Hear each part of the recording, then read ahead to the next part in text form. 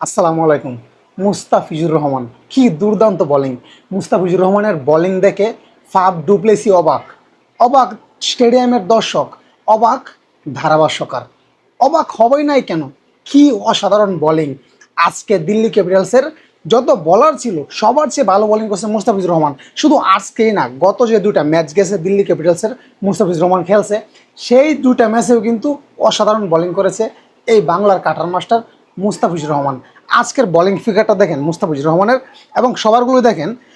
যে পাঁচজন বোলারে আজকে বোলিং করছে দিল্লি ক্যাপিটালসের হয়ে, সবার বোলিং আসলে আমরা একটু বিশ্লেষণ করি।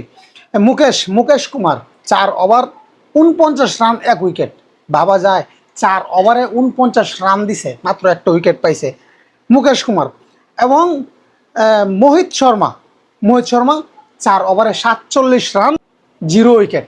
মোহিত শর্মা 4 ওভারে 47, একজন দিছে 49, একজন দিছে 47 দিয়ে 0 উইকেট, ঠিক আছে। বিপরাজ লেগ স্পিনার 4 ওভারে 38 রান, 2 উইকেট। 4 ওভারে 38, 2 উইকেট, এটা একটু মোটামুটি কম আছে।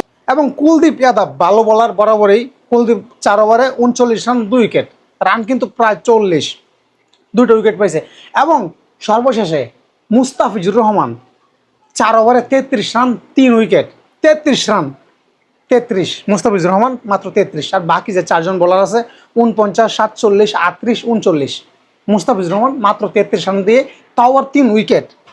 সবাই পাইছে 2টা করে, মুস্তাফিজ পাইছে 3টা উইকেট। তো দেখেন মুস্তাফিজুর রহমান কি দুর্দান্ত বোলিং করতেছে, মাথা নষ্ট বোলিং।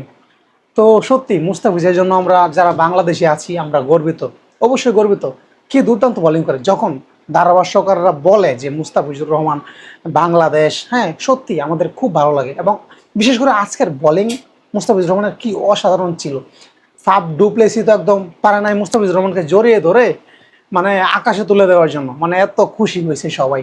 তো যাই হোক না কেন, আসলে খুবই এনজয় করতেছি আইপিএলটা মুস্তাফিজুর রহমান দিল্লি ক্যাপিটালসে যুক্ত হওয়ার পর থেকে। তো আশা রাখছি ভালো কিছু করবে দিল্লি ক্যাপিটালস এবং মুস্তাফিজুর রহমান। ধন্যবাদ সবাইকে।